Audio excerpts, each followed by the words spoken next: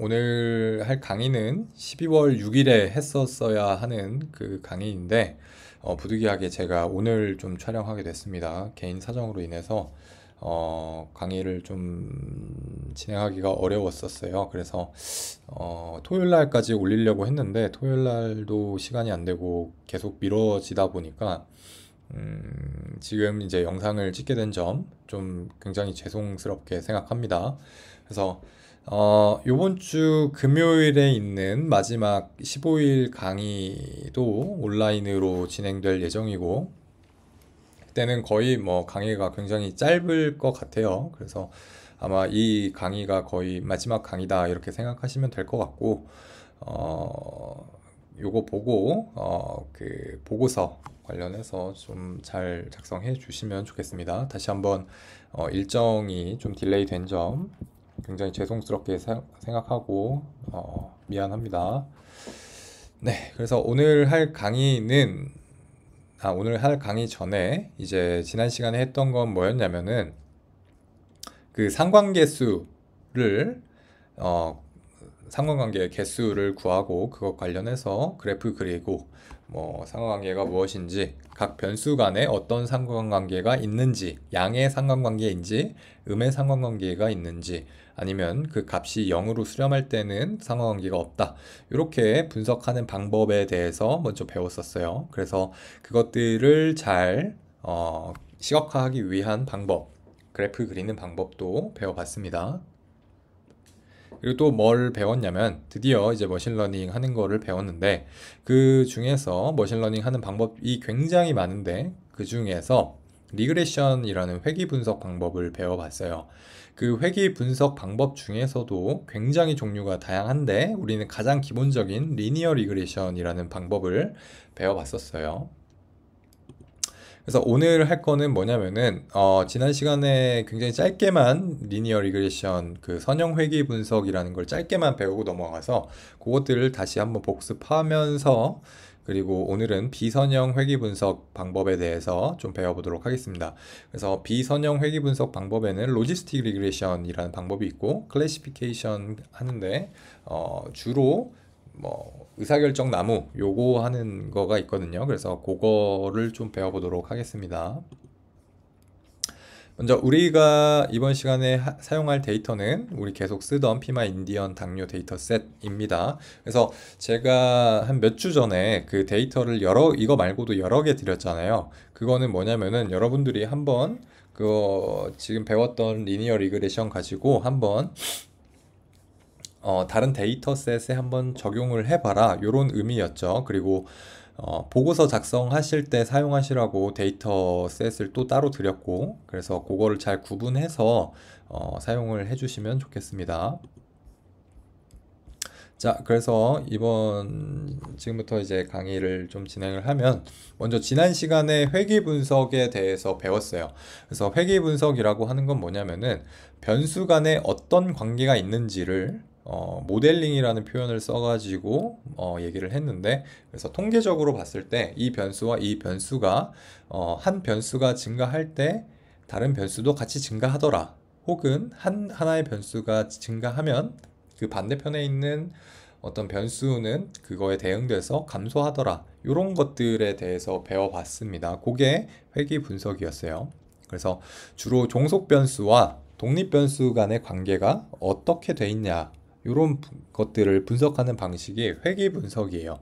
그러한 회귀 분석을 할 때 종류가 두 가지로 크게 나뉘는데 선형적인 관계에 있냐 비선형적인 관계에 있냐 이런 두 가지 종류 크게 보면 두 가지 종류가 있어요. 그래서 선형이라고 하는 거는 말 그대로 이런 뭐 기울기가 한 45도 가까이 되는 그렇게 선형적인 관계에 있는 애들을 선형 회귀 분석이라고 하고 그리고 그렇지 않고 뭐 기울기나 그래프의 기울기가 일정치 않고 막 삐뚤빼뚤 한다거나 그런 것들이 이제 비선형 회귀 분석 방식입니다. 그래서 좀 한 가지 부연 설명을 하면은 회귀 분석이라고 하는 거는 변수와 변수 간의 어떤 관계를 그래프로 이렇게 모델링 하는 거예요. 방정식으로 만든다는 건데 근데 일반적으로 어떤 한 값, x 값이 증가하면 그에 대응되는 값들이 y 값도 같이 이렇게 쭉 x 값이 커지면 커질수록 증가하는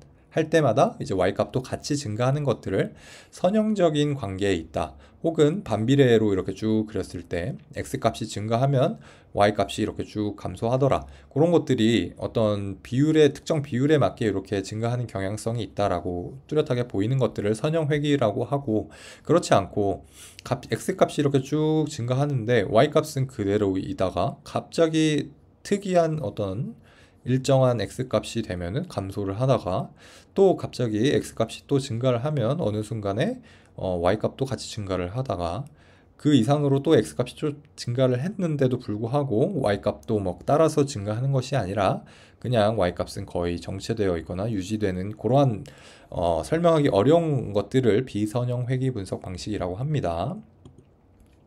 네, 그러면서 저희가 또 뭐를 배웠냐면 독립변수, 종속변수, 그리고 오차 뭐 이런 얘기들을 용어들을 배웠는데, 자, 독립변수는 계속 얘기했죠.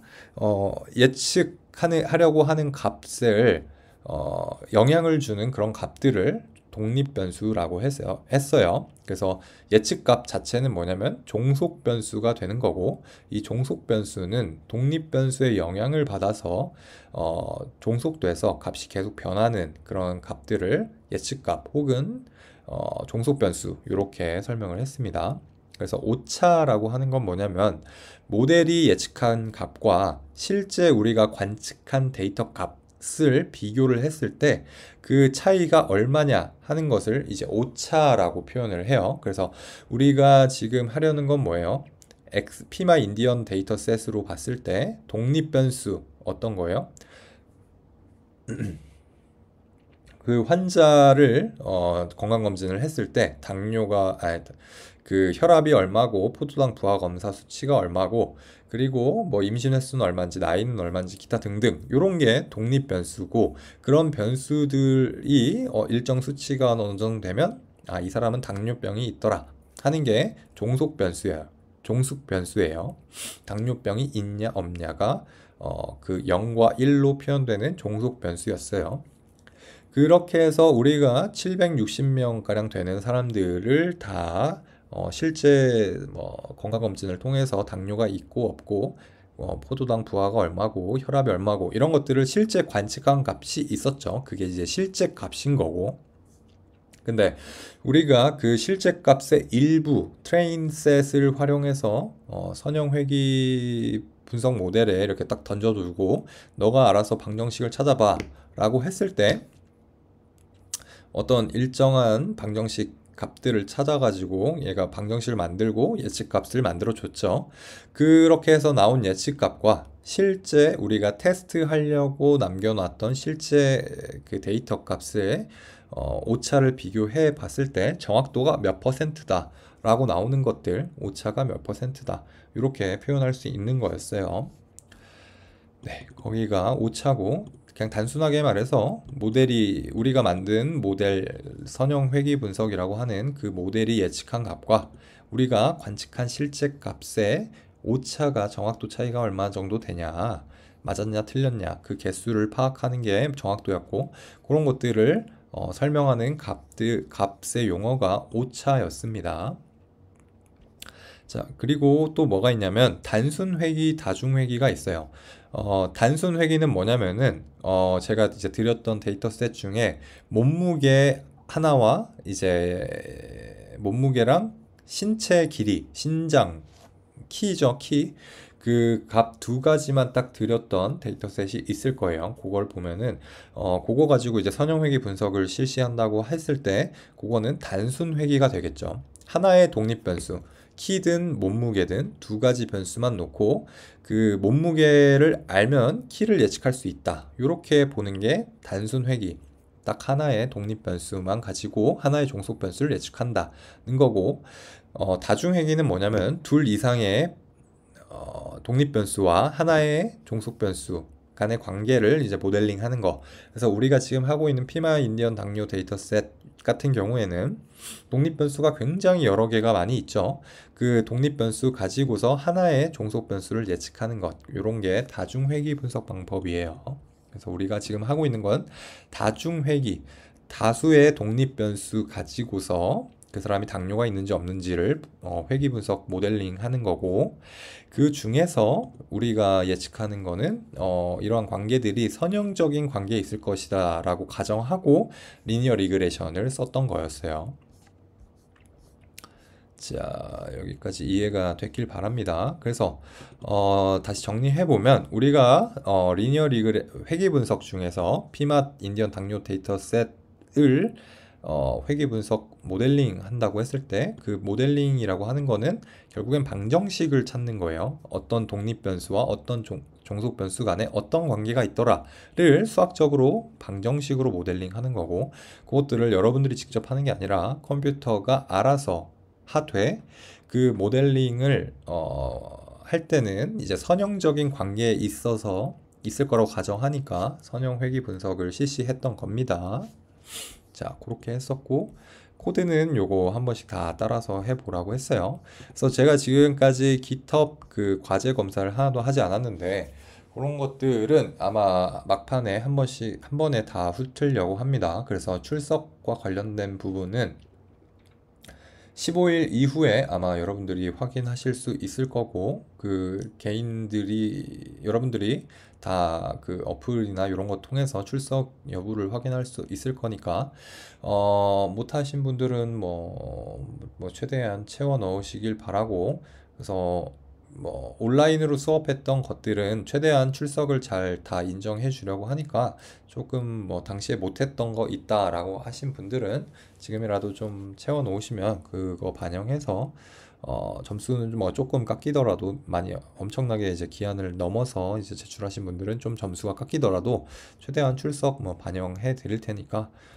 최대한 다 이제 작성해서 업로드 하시기 바랍니다. 네, 그래서 회귀 분석하는 방법들은 뭐 그렇게 어렵지 않으니까 요거 가지고 쭉쭉 한 번씩 따라 해 보시기 바랍니다. 그래서 회귀 분석할 때는 이제 0과 1 사이 값으로 우리가 당뇨가 있는지 없는지 예측해야 되는데, 아무래도 이게 0과 1로 딱딱 떨어지는 그런 방정식을 모델링 한 건 아니기 때문에 이렇게 소수점 단위로 값들이 나올 거예요. 그런 것들을 어떻게 처리했냐면, y 예측한 값이 0.5 초과할 때는 그냥 1로 보는 거고, 그렇지 않을 때는 그냥 당뇨가 없는 환자로 취급하겠다, 이렇게 임의로 저희가 작성을 했었어요. 그랬을 때 출력되는 결과 정확도는 실제 값과 모델이 예측한 값에 맞고 틀리고 개수를 비교해 가지고 전체 테스트한 개수분에 이제 맞은 거 몇 개, 이렇게 해서 정확도를 봤었습니다. 그랬을 때 뭐 이렇게 나왔다는 거고, 그것들을 그래프로 그리면 맞은 거 같은 경우에는 실제 값과 예측 값이 완전 그 포인트가 딱 교차돼서 이렇게 표현되지만, 그렇지 않은 경우에는 이게 교차되지 않고 실제 값은 여기 있는데 이제 그에 해당하는 실제 값은 여기 있었는데 모델은 뭐 0으로 예측했다거나 뭐 이런 식으로 이렇게 다 어긋나 있는 점들이 다 틀린 개수를 이렇게 시각화한 거죠. 아무튼 선형 회귀 분석 방식은 이렇게 표현할 수 있었고, 자, 이제는 비선형 회귀 분석 방식을 한번 하기 전에 이제 선형 회귀 분석 방식을 조금 더 수식적으로 자세히 한번 뜯어보도록 하겠습니다.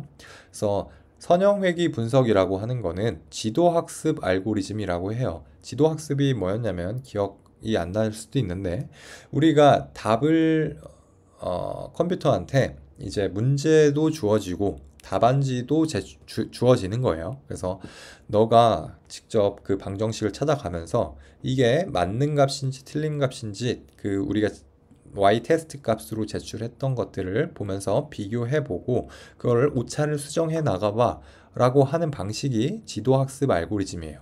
근데 비지도학습, 그러니까 지도가 없는 학습 알고리즘은 뭐냐면은, 우리가 이번 2학기 때는 이제 배우지는 않지만 그 y 값을 주지 않는 거예요. 그래서 컴퓨터가 맞췄는지 틀렸는지를 직접 판단할 수는 없고 그것들을 어떤 다른 오차를 계속 줄여나가는 방식으로 그것들을 이제 학습하는 알고리즘이 또 따로 있어요. 그래서 그런 것들은 비지도 학습이라고 하고 우리가 선형이든 비선형이든 이 모델을 학습시키는 방법은 다 지도 학습이에요. 지도 학습이라고 한 건 아까 반복적으로 얘기하면 이제 맞은 이 모델이 어떤 문제를 풀었을 때 그거를 해답을 확인할 수 있는 정답지를 y 테스트 값을 같이 제공하는 그런 알고리즘을 지도학습 알고리즘이라고 해요. 그래서 선형회귀 분석 방식은 머신러닝에서 지도학습 알고리즘 방법에 해당합니다.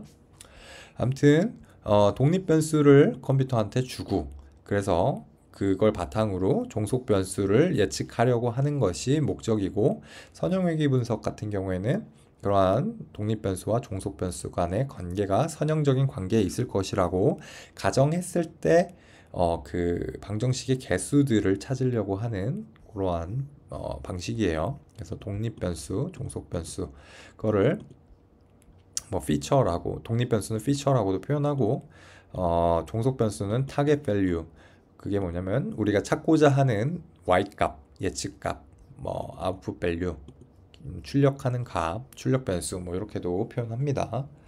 아무튼 설명이 어찌됐던 간에 결국 우리가 찾으려고 하는 방정식의 형태는 어떤 거냐면 선형회귀 분석 방식은 y는 ax 플러스 b 여기 b1인데 a라고 치부해도 괜찮아요. 어떤 뭐 치환해도 상관없으니까 아무튼 b0 플러스 b1 곱하기 x ax 플러스 b의 기본적인 형태의 방정식을 찾는 건데 이제 컴퓨터가 하는 거는 뭐냐면은 자 우리가 y 트레인 y 테스트 값을 주어지죠. 당뇨병이 있으면 1 y는 1로 될 거고 x값 이 사람이 나이가 몇 살인지 이렇게 줄 거예요. 그래서 나이가 만약에 예를 들어서 23살인 사람은 어떤 값을 곱하고 어떤 값을 더해줘야 당뇨가 있다 라고 나올까? 아니면은 어떤 값을 줘야지만 당뇨가 없다고 나올까? 요런 개수들을 계속 반복적으로 찾는 거예요. 근데 이런 개수를 B0, B1, AX 플러스 B에 있을 때 A가 있고 B가 있던 거를 파라미터라고도 부르는데 자 다시 돌아와서 우리가 가지고 있는 데이터셋이 독립변수가 하나만 있는 게 아니죠. 하나만 있는 게 아니라 굉장히 여러 개가 있어요. 그럴 때 이렇게 표현돼요. 자 B0 뭐 어려울 건 없어요. A1 X1 더하기 A2 X2 더하기 쭉쭉쭉 해서 우리는 총 8개의 독립변수가 있었죠. 그래서 B8, X8 이렇게까지 쭉 다 더한 것 더하기 뭐 B0 이렇게까지 해가지고 실제 Y값이 어떻게 계산되는지 이런 것들을 찾는 게 선형회귀 다중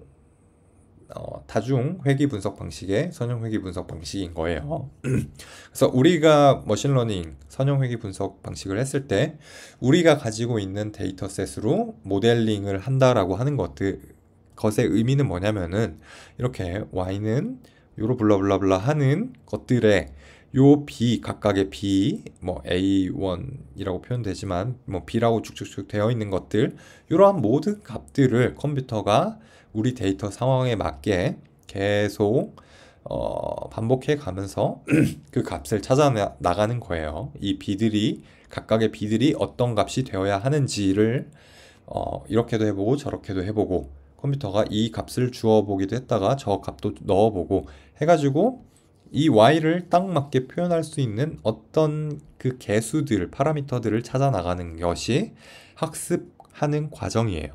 그래서 우리가 공부를 할 때도 기출문제를 막 여러 가지 풀잖아요. 첫 번째 문제, 기출문제, 수학 문제에서 1번 문제 너무 쉽고 2번 문제 너무 쉽고 5번까지는 쉽지만 6번부터는 어려워지죠.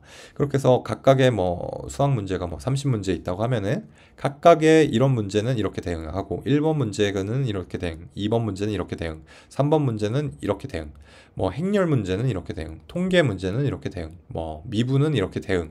각각을 이렇게 우리가 나름대로 머릿속으로 방정식을 이렇게 다 각각을 개수를 찾은 거죠. 그런 것처럼 컴퓨터도 혈압 데이터의 개수는 얼마, 포도당 부하 수치 검사의 개수는 얼마라고 해야지 나중에 당뇨가 있는지 없는지를 예측할 때 이렇게 표현될 수 있겠다.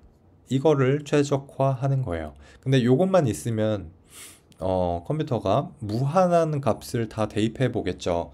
그런 것들을 방지하기 위해서 추가적으로 오차라는 개념을 좀 도입을 해요. 그래서 자, 이건 뭐냐면 오차는 뭐냐면은 어, 컴퓨터가 기출 문제들을 여러 번 반복해서 풀어보는 거예요. 똑같은 기출 문제를 이렇게도 풀어보고 저렇게도 풀어보고 값을 이렇게도 대입해보고 이러한 b라고 하는 파라미터 값에 값도 넣어보고 저 값도 넣어보는데 그것들을 얼마만큼의 값들로 계속 줄여나가거나 늘려나가거나 그렇게 지정을 해줘야 돼요. 그죠? 그렇지 않으면 컴퓨터가 무한히 모든 값들을 모든 수들을 다 대입해 보겠죠. 그래서 그런 것들을 처리할 때 어떻게 하냐면 최소 제곱법이라고 하는 걸 써요. 가장 이게 일반적인 방법인데 이게 뭐냐면은 뭐 수식이 되게 어려워 보이지만 그렇진 않아요. 컴퓨터가 예측한 값, 요게 가설의 약자로 H라고 쓰는데 아무튼 요런 뭐 관심 있는 분들은 찾아보세요. X 개수들 전부에 대해서 어떤 값들을 뭐 이렇게 했더니 나오는 Y 햇 값이 이렇게 돼요. 근데 실제 값을 가지고 이렇게 빼보니까 빼고 제곱해보고 그것들의 모든 값들을 평균 내보니까 비용이 그러니까 오차의 제곱의 평균이 요 정도 되더라. 그러면은 다음번에 그것들을 오차를 줄일 수 있는 어떤 파라미터들로 계속 바꿔보는 거예요. 그래서 한번 첫 번째 시도 때 오차가 예를 들어서 한 0.5 정도였어요. 두 번째 B 개수에다가 값들을 조금 바꿔보니까 0.4 정도로 오차가 줄어들었어요. 그러면은 이렇게 이러한 방식으로 B 값들을 계속 줄여나가면 오차가 계속 0에 수렴하겠네를 수학적으로 표현하는 방식이 최소 제곱법이에요. 아시겠죠? 그래서 매 시행 여기 i는 아마 시행 횟수일 거예요. i가 1부터 우리가 지정한 몇 번째 반복 횟수까지 이렇게 계속 반복해 보면서 오차가 줄어드는 방식으로 파라미터들을 계속 수정해 가요. 자, 그러면은 그 파라미터 값들을 얼마큼 줄이고 늘려야 되나 라고 하는 것들을 이제 경사하강법이라고 하는 것들을 사용을 해요. 자, 보면 2차 함수죠. 2차 함수에서 자, 첫 번째 뭐 오차가 요 정도였을 때 어떤 특정한 값들을 통해서 파라미터들을 첫 번째 1로 봤을 때 이것의 오차를 줄이기 위해서 어떤 특정한 값을 곱하면 일정한 값을 곱하면 자 오차가 40%가 줄은 0.6이 됐어요. 그렇죠? 그럼 이러한 방식으로 계속 일정한 값을 계속 곱해 나가다 보면은 결국에는 쭉쭉쭉쭉쭉 0에 가까워져요. 그러다가 반대로 이제 계속 오차가 0에 가까워졌는데도 불구하고 그 값을 계속 곱하다 보면 또 반대로 이렇게 쭉쭉쭉 커지게 되는 그런 경향이 있어요. 그러면 학습이 어디서 끝나는가 하면 오차가 여기 제일 최소가 되는 이 지점에서 학습을 멈추는 게 일반적인 거예요. 그래서 리니어 리그레션 여러분들이 쓰는 것들은 계속 오차를 계속 계산해 나가다가 오차가 계속 줄다가 특정 지점을 지났을 때 오차 값들이 이렇게 다시 커지는 지점을 만나면 이제 학습을 종료하게 되어 있어요. 그래서 이러한 머신러닝들은 거의 대부분이 이렇게 경사하강법이라고 하는 방식을 써가지고 비용 함수 아까 봤던 이러한 비용 이 비용을 계속 줄여나가는 방식으로 학습을 하게 돼 있어요. 그래서 함수에 함수를 쓰는 거죠. 자, 그래서 좀 더 디테일하게 수식적으로는 어떻게 하는 거냐면 각각의 파라미터들을 어떤 러닝 레이시라고 하는데 요 알파 값을 계속 곱해 주는 거예요. 그래서 비용 함수 곱하기 뭣들을 해가지고 다음 파라미터 값을 다음 학습 회차의 값을 이렇게 파라미터를 바꾸고 하는 것들을 이렇게 미분과 러닝 레이스를 써가지고 이번 개수에서는 이렇게 오차가 나오더라. 그런데 이렇게 다음번에 쓸 때는 이제 비용 함수를 최소화하기 위해서 오차를 최소화하기 위해서 이렇게 우리가 지정한 러닝 레이시 다 디폴트 값으로 지정되어 있어요. 그래서 이 디폴트 값을 만큼을 좀 곱하고 이전 값에서 이전 파라미터 우리가 학습했을 때 파라미터 얼마다라고 했는데 그 값에 요번 차 수에서 요 값만큼을 딱 빼주고 나온 그 파라미터 값을 이번에는 오차가 얼마인지 한번 넣어서 계산해 보고 이렇게 하는 방식으로 계속 그 b 값을 바꿔가면서 오차가 최소화되도록 오차는 뭐예요? 모델이 예측한 y 햇 값과 우리가 주어진 정답치 y 테스트 값의 오차가 얼마인지를 계속 비교하면서 그 파라미터들을 쭉쭉쭉 찾는 거예요.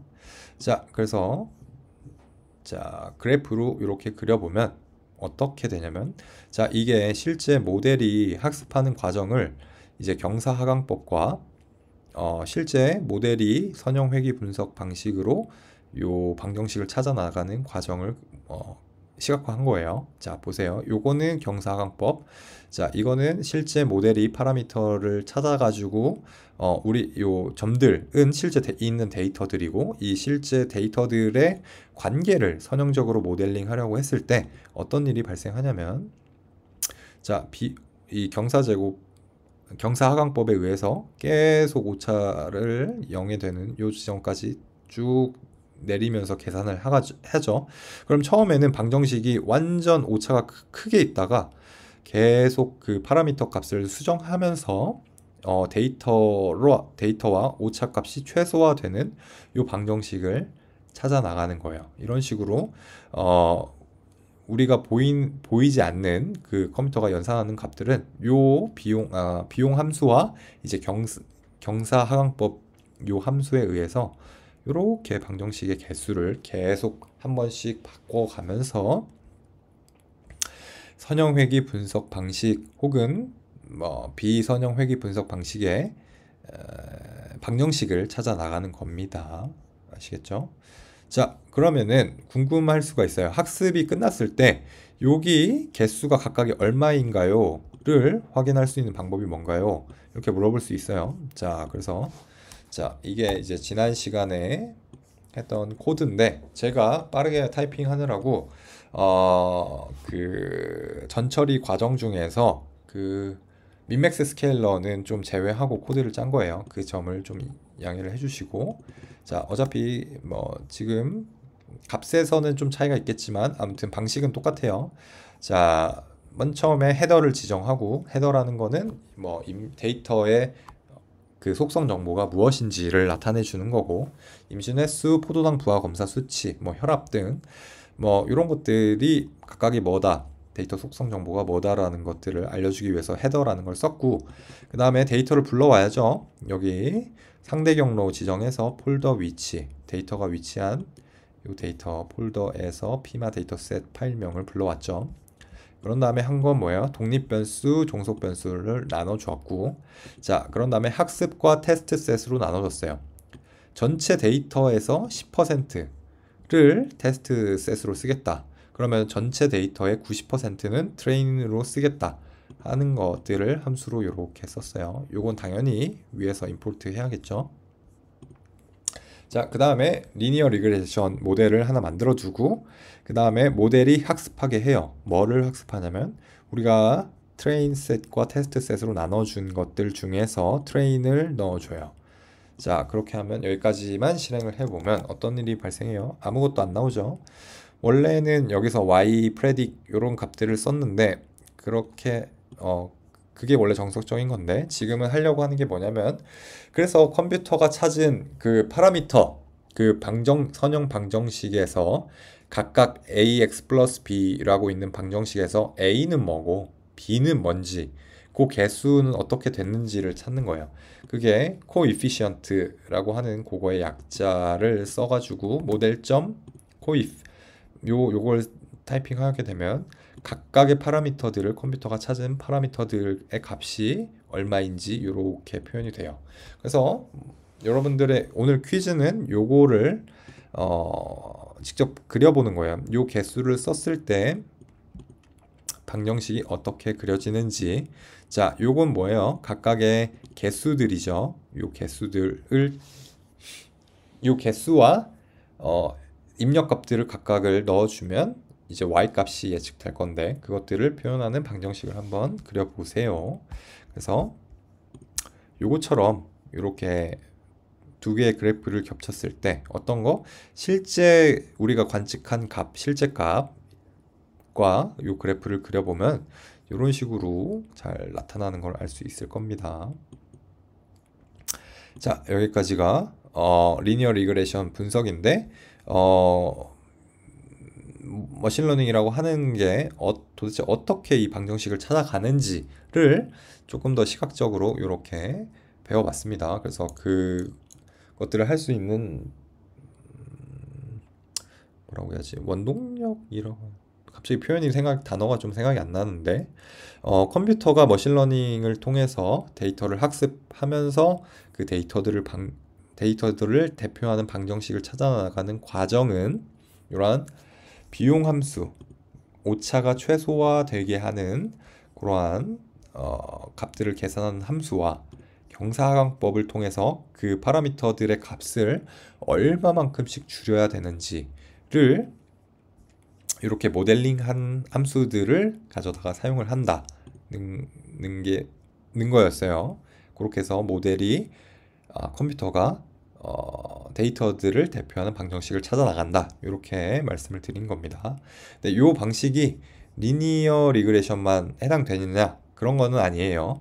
자, 선형 회귀뿐만 아니라 비선형 회귀에서도 이 경사하강법과 비용함수 이렇게 방정식 개수 찾아 나가는 건 다 동일합니다. 자, 아무튼 그렇고 자, 다음은 이제 선형 회귀가 아니라 비선형 회귀 분석 방식이에요. 자, 비선형은 뭐였어요?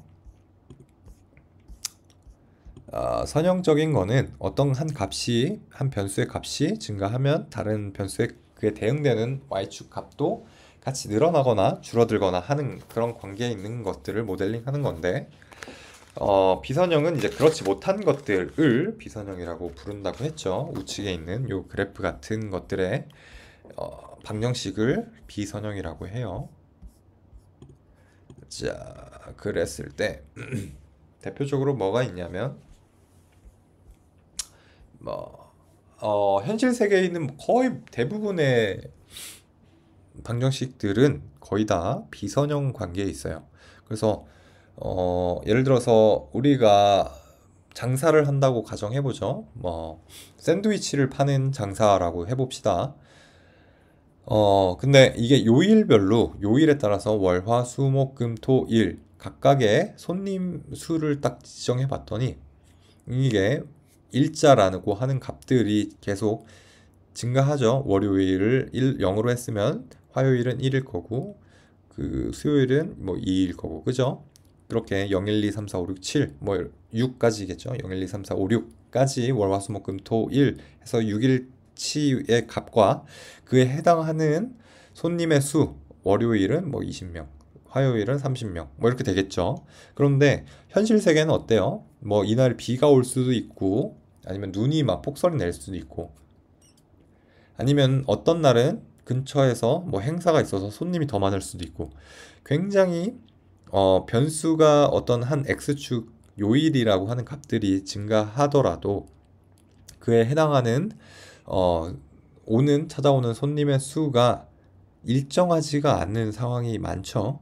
현실 세계는 더 그래요. 그래서 하나의 어떤 변수에 대응하는 종속 변수가 일정한 관계에 있는 경우가 거의 없어요. 대부분은 어떤 선형적인 관계에 있는 것들은 자연현상일 경우가 많아요. 그래서 키가 큰 사람일수록 몸무게가 높을 것이다 라고 가정하면 키가 크다. 키가 계속 0부터 180, 192m까지 있는 사람들의 몸무게를 다 조사해 봤을 때 선형적인 관계에 있을 확률이 굉장히 높죠. 그렇지만 우리가 뭐 장사를 한다거나 아니면은 뭐 공부를 한다거나 이런 것들은 굉장히 비선형적인 관계에 있을 확률이 매우 높습니다.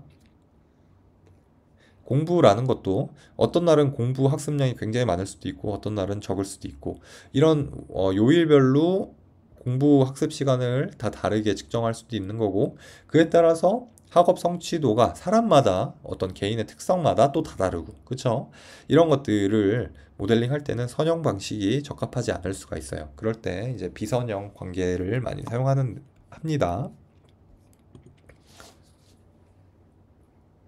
자, 그 비선형적인 관계를 회귀 분석으로 표현하려면은 어떤 방정식이 있냐면 로지스틱 회귀 분석 방식이라고 있어요. 주로 이건 뭐냐면은 이진 분류, 그러니까 우리가 당뇨병이 있는지 없는지를 판단하기 위해서 사용했던 거 0 또는 1, y축이 0이나 1로 이렇게 딱딱 떨어지는 이런 값들을 모델링 할 때 로지스틱 회귀 분석을 많이 씁니다. 그래서 그런 방정식들은 어떻게 표현되냐면 자, y가 1일 확률을 계산하는데 자, 자연 로그를 써요. 그래서 1 더하기 자연 로그 마이너스 지수 해가지고 이 각각들이 여기는 선형 회귀 분석 방정식이 들어있는 것처럼 보이지만 이 전체적으로 봤을 때는 굉장히 비선형적인 그러한 방정식이 구축되는 것을 이제 로지스틱 회귀 분석이라고 해요. 그래서 여러분들이 뭐 이런 방정식에 대해서 어떻게 그래프가 그려지는지에 관심 있으면 개별적으로 좀 공부를 해 보시기 바랍니다. 자, 그래서 방정식의 모습이 어떻게 차이가 있냐면 자, 우리가 선형회귀 분석을 썼을 때는 이렇게 표현되는데 그래서 x 값이 증가할 때 y 값이 0 또는 1에만 존재하는 게 아니라 y가 마이너스 값일 때도 있고 y가 이거 뭐냐 1 이상인 값 막 이렇게 나왔잖아요. 저희가 당뇨병이 있는지 없는지 예측하려면은 0 또는 1의 값이 나왔어야 하는데 우리가 선형회귀 분석 방식을 쓰다 보니까 소수점으로 마이너스 값도 막 나오고 막 0. 블라블라 한 값들이 엄청나게 많이 나왔죠. 그런 것들을 저희가 임의로 0.5 미만은 다 0으로 가게끔 하고 0.5 이상인 값들은 뭐 다 1로 가게끔 이렇게 처리를 해서 당뇨병이 있는지 없는지를 분석했었어요. 자, 로지스틱 리그레션은 그게 아니라 항상 이 함수의 최종 값들이 0 또는 1에 위치하도록 모양이 이렇게 생겼어요. 그래서 실제로 보면은 요게 거의 이제 갑자기 어느 x점을 만나면 이렇게 슉 올라가도록 이렇게 돼 있는데 지금은 조금 더 곡선에 가까운 형태죠. 아무튼 그래서 어떠한 x 값들을 넣더라도 여기가 쭉 이렇게 이어지거든요. 그래서 y 값이 항상 거의 0에 수렴하게 만들고 혹은 x 값이 어떤 일정 지점을 넘어가면 항상 y 값이 1로 딱 떨어지게 나오는 요게 바로 로지스틱 리그레션이에요. 그래서 여기 보면 x 값이 뭐 마이너스 0을 기준으로 0보다 작은 값들을 넣었을 때는 다 그냥 여기 y축 값이 다 0에 수렴하도록 하고 x축이 어떤 특정한 값 이상이면 뭐 여기는 4 이상이네요. 4 이상부터는 거의 1에 가까울 정도로 이렇게 되게 만드는 거예요. 그래서 뭐 지금은 x 값이 0을 기준으로 y 값이 뭐 한 0.5 정도 되게 이렇게 그려지도록 돼 있는데 우리가 실제로 학습해 보면 거의 이게 이런 곡선이 안 보일 정도로 그냥 어떤 특정한 x축 인기값을 넘어가면 그냥 y는 다 1로 나오고 어떠한 x축 값들이 나오면 다 그냥 y는 0에 수렴하도록 이렇게 그래프가 그려지는 걸 리니어 리그레션이 아니라 비선형 논리니어 리그레션이라고 합니다. 그래서 어떤 책들을 보면은 이것도 다 선형 회귀로 막 보고 그런 방식들이 있는데 저도 대학교나 대학원에서 배울 때는 다 비선형이다, 비선형 통계 분석 방식이다 이렇게 배웠기 때문에 저도 배운 대로 논리니어 리그레션이라고 하겠습니다. 자, 그래서 이런 것들은 어떻게 코딩하냐는 건데 앞부분은 다 똑같아요. 앞부분이라고 하면 데이터를 불러와서 그걸 헤더를 만들어주고 뭐 파일 불러와서 X축 독립변수와 Y축을 나눠주고 민맥스 스케일링 해가지고 전처리 해주고 그런 다음에 학습할 거 기출문제 할 거와 실제 수능 나누는 트레인 테스트로 나눠주고 그런 다음에 여기 모델만 바뀌어요. 모델 불러오는 것도 바뀌어야겠죠. 기존에는 리니어 리그레션이었는데 그게 아니라 로지스틱 리그레션으로 바꿔줘야 되고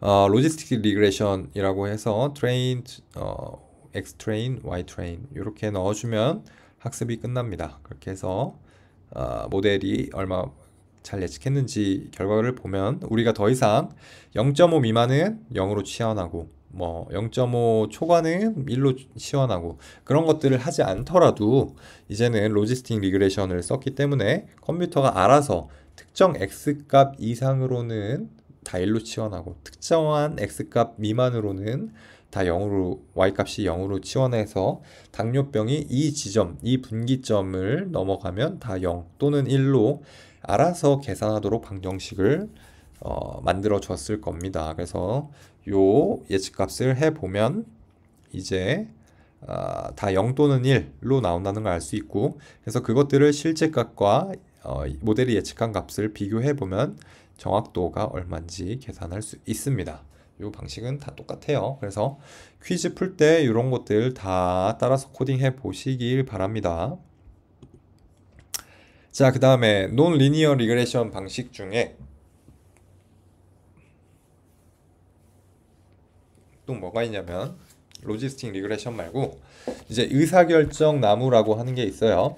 자, 우리가 당뇨 데이터 셋을 가지고 하고자 하는 건 뭐예요? 독립변수들이 여러 가지가 있어요. 뭐 혈압이 얼마고 임신 횟수가 얼마고 뭐 나이가 얼마고 그런 것들에 대해서 다 모든 독립변수를 살펴보고 이런 케이스일 경우에는 당뇨가 있더라. 이런 케이스엔 당뇨가 없더라를 최종적으로 계산하는 게 목표죠. 그거를 이제 계산하는 방법이 또 다른 게 뭐가 있냐면 의사결정 나무라고 하는 게 있어요. 이건 뭐냐면은 자, 하나하나씩 가지를 쳐서 분류를 해보는 거예요. 자, 혈압이 0.5 이상인가? 아니요. 이 사람은 당뇨가 없음. 끝. 만약에 혈압이 0.5 이상이고 임신 횟수가 2회 이상인가? 예. 했을 때는 당뇨가 있음. 아니 뭐 임신 횟수가 뭐 3 미만이다. 근데 그럼에도 불구하고 포도당 부하 검사 수치가 뭐 30 뭐 아니면 혹은 40 이상이냐? 그랬을 때 당뇨다. 그렇지 않은 사람 또 다음 노드로 가고 이렇게 각각을 어떤 우리가 가지고 있는 독립 변수들을 각각 다 모든 것들을 다 이런 가지로 다 분류를 해보는 거예요. 어떤 특정한 값에 의해서 이 독립 변수에 대해서는 이 값 이상으로는 이상인 사람들은 다 뭐 당뇨가 없는 사람들 이 값 이상 그런 다음에 다른 독립 변수에 대해서 또 이 값 이상인 사람들 또 다른 독립 변수에 대해서 이 값 이상인 사람들 그랬을 때 다 당뇨가 있더라. 이런 것들 여러 가지 필터링을 거쳐서 나오는 최종 결과 그렇게 예측하는 방법이 이제 의사결정 나무라는 거예요. 그래서 컴퓨터가 하는 건 뭐냐면 자, 여기 보면 다른 예제인데 나이가 9.5세 이상인가 하면 사망. 뭐 이거는 뭐 2.5 이상이냐 했을 때 이상이면 생존. 그렇지 않은 사람은 사망. 그럴 때 각각의 확률 값들을 다 계산해 보는 거예요. 그래서 이 기준 값들이 9.5로 해야 되는지 아니면 10으로 해야 되는지 12로 해야 되는지 13으로 해야 되는지 어떻게 해야 오차가 최소화될 수 있는가? 똑같아요. 다 모든 방식이 비용함수가 최소화되게, 그러니까 모델이 예측한 값이 실제 값 대비해서 봤을 때 오차가 거의 없게끔 만들려고 하는 거고, 그런 것들을 어떻게 이 기준점 값들을 어떤 기준치를 근거로 이 노드들을 나눠줘야 되냐. 이 노드라고 하는 거는 여기 노드고, 여기가 이렇게 화살표로 나가는 게 엣지 뭐 이렇게 표현하는데, 아무튼 노드로 이렇게 갈래를 표현하느냐 했을 때 어떤 기준 값을 할 거냐 하는 것들은 경사하강법을 통해서 요 값들을 계속 수정해 나가는 거예요. 개수를 바꾸는 거죠. 결국 똑같아요. 모든 이 머신러닝 하는 방식이, 딥러닝도 마찬가지고, 다 그러한 개수들을 계속 바꿔 나가면서 오차가 줄었니? 늘었나? 오차가 만약에 늘었다. 우리가 개수를 이렇게 바꿨더니 오차가 늘었어. 그러면은 개수를 더 줄여. 혹은 개수를 이번에 늘리자. 이렇게 해서 계속 반복적으로 원하는 정확도 값이 나올 때까지 계속 쉼 없이 반복해서 학습하는 거. 우리가 수능 점수가 원하는 대학에 갈 수 있을 때까지 재수, 삼수, 뭐 사수, 오수, 십수까지 하는 게 이제 학습하는 거, 그런 과정이죠. 그런 것처럼 컴퓨터도 계속 이 기준치 값들을 바꿔 나가 보는 거예요. 자, 그래서 각 요런 것들이 나무의 어떤 트리 구조와 되게 유사하다라고 해서 의사결정 나무라고 불리고, 자, 요거 남자인가? 라고 물어보는 것들, 혹은 그 혈압이 높은가? 혈압이 뭐 100 이상인가? 뭐 이렇게 물어보는 것들을 노드라고 해요.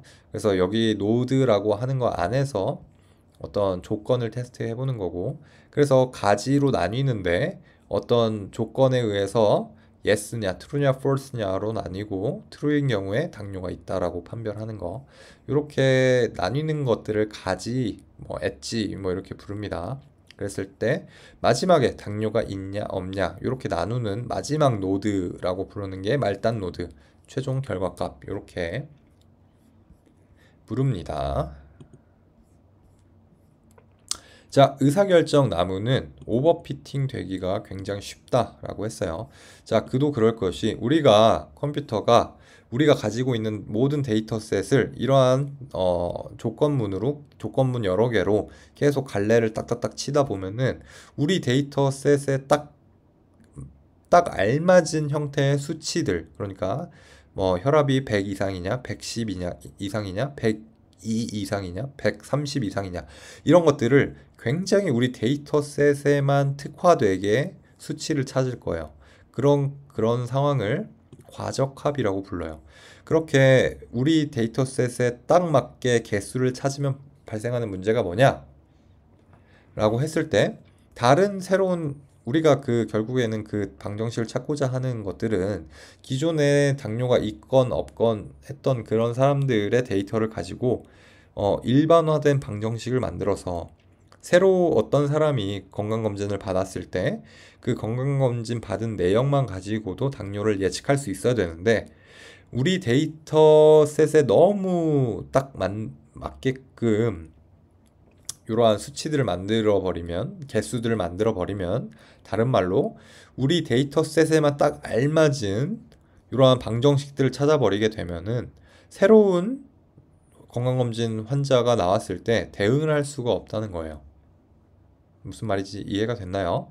그런 친구들 있죠. 기출문제를 맨날 풀면은 100점 맞아. 어떻게? 문제와 답을 다 외워버린 거지. 근데 정작 수능을 보면은 막 40점씩 맞아. 그런 상황들을 이제 과적합됐다고 해요. 어디에? 기출문제에 굉장히 과적합된 거예요. 그래서 이런 사람들은 새로운 문제가 나왔을 때 과거에 기출문제 풀었던 그런 방정식을 변형해서 어떻게 잘 조합해서 이렇게 새로운 문제를 풀어야 되는데, 그럴 능력이 없어진 거죠. 왜냐면 기출문제에 너무 몰입했기 때문에. 이런 상황을 과적합이라고 불러요. 컴퓨터가 기출문제, 그러니까 우리가 주어진 데이터셋에만 너무 과하게 학습을 해서 방정식을 찾은 거예요. 이렇게 비선형적으로. 그랬을 때 새로운 데이터가 딱 들어왔을 때 오차가 너무나 커져버리는 그러한 상황, 이런 것들을 과적 합인 상황이라고 해요. 적당히 오차가 존재하고 적당히 우리가 주어진 데이터를 이렇게 표현할 수 있을 때 잘 이제 방정식 찾았다라고 하지, 적당히 오차가 있을 수밖에 없어요. 모든 머신러닝, 딥러닝 이런 것들은 오차가 있을 수밖에 없는데 그것들을 최소화하되 완전히 우리 데이터셋에 이렇게 핏하게 맞추면 안 된다라는 거예요. 이해됐죠? 너무 적게 학습을 해서도 안 되고 너무 과하게 학습을 해도 안 되고 적당한 순에서 기출문제를 풀고 방정식을 찾아야지 수능도 잘 볼 수 있다, 이런 얘기입니다. 그래서 의사결정 나무를 푸는 코딩하는 방법도 똑같아요. 모델만 디시전 트리 방식을 써서 학습을 진행을 해주면 됩니다. 이렇게 하면 되고, 이제 모델을 튜닝하는 방법들이 여러 가지가 있는데, 자, depth가 얼마인지 이런 것들을 파라미터에 여기 넣어줄 수 있어요. 자, 여기 보면 요 클래스 decision tree classifier를 불러왔을 때 여기 매개 변수들을 이렇게 넣어줬죠. 과거가 아니라 기존에 뭐 로지스틱 리그레이션 같은 경우에는 아무것도 안 넣어줬었죠. 모델을 처음 부를 때, 초기화할 때. 근데 여기도 찾아보면은 어떤 값들을 가지고 학습하게끔 시킬 수 있는지 매개 변수를 다 여기다 넣어줄 수 있어요. 그런 것들은 뭐 챗 GPT한테 물어봐서 여러분들이 이런 것도 한번 넣어서 테스트를 해보고 이런 것도 테스트를 해보고 이렇게 하시면 되겠습니다. 제가 꼭 뭐 이렇게 항상 이렇게 하세요 라고 말할 수가 없는 게 이렇게만 제가 말을 해버리면은 오버피팅이 되는 거예요. 제가 여러분들 머신러닝은 반드시 이렇게만 해야 됩니다가 아닌 거예요.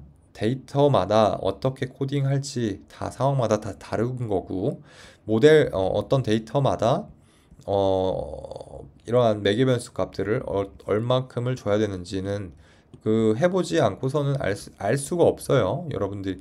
왜냐면은 그 데이터를 대표하는 방정식을 찾기 위해서 필요한 뭐 이런 파라미터들이 뭔지 해보지 않고서는 모르기 때문에 여러분들이 이런 파라미터들은 임의로 막 이렇게 넣어보고 이 특정한 값을 늘려봤을 때 이런 매개 변수를 늘려봤을 때 혹은 줄여봤을 때 정확도가 계속 높아지더라, 정확도가 계속 낮아지더라, 그러니까 이 매개 변수는 이렇게 빼야지, 넣어야지, 이렇게 하는 게 튜닝 하는 과정이에요. 그래서 여기 보면 그 의사결정 나무를 만들 때 이 노드의 개수, 최종 노드 개수를 몇 개까지 할 건가, 혹은 뭐 분할을 할 때 뭐 샘플 수는 몇 개로 할 건가, 말단 로드는 몇 개씩 있어야만 의사결정 나무가 최종적으로 얘 모델이 예측을 했다고 보는가, 뭐 기타 등등 여러 가지 옵션들이 있으니까 이런 것들은 한 번씩 찾아서, 이거 말고도 더 있을 거예요. 그래서 그런 것들은 찾아서 한 번씩 해보시면 되겠습니다. 네, 그래서 여기 보면 지도학습 관련한 엄청나게 많은 모델들이 있어요. 선형회귀 분석뿐만 아니라 뭐 SVM, 뭐 서포트 벡터 머신, 뭐 구글에서 만든 뭐 랜덤 포레스트 뭐 이런 것도 있고 뭐 엄청나게 많아요. 그래서 여러분들이 이것도 해보고 저것도 해보세요. 그래서 보고서 쓸 때 리니어 리그레이션만 하는 게 아니라 뭐 로지스틱도 해보고 랜덤 포레스트도 해보고 여러 가지 다양하게 있으니까 이것도 해보고 저 방법도 해보고 각각의 방정식마다 의미하는 그런 것들이 다 다르니까 여러분들이 꼭 한번 각자 주도적으로 한번 조사해보고 그런 것들로 코딩해보고 공부했으면 좋겠습니다. 자, 오늘 퀴즈는 마찬가지로 요것들 다 따라서 해보고, 자, 아까 그 리니어 리그레이션 할 때 방정식의 개수가 얼마인지 확인해서 요것도 그래프 한번 그려보시면 되겠습니다. 자, 요 개수는 fit 한 다음에 개수가 얼마인지 요거 확인하셔야 됩니다. fit 다음에 나와야 돼요. 언더바만 쓰고 끝이에요. 언더스코어. 자, 여기까지 수업 마치도록 하겠습니다. 다들 고생하셨습니다.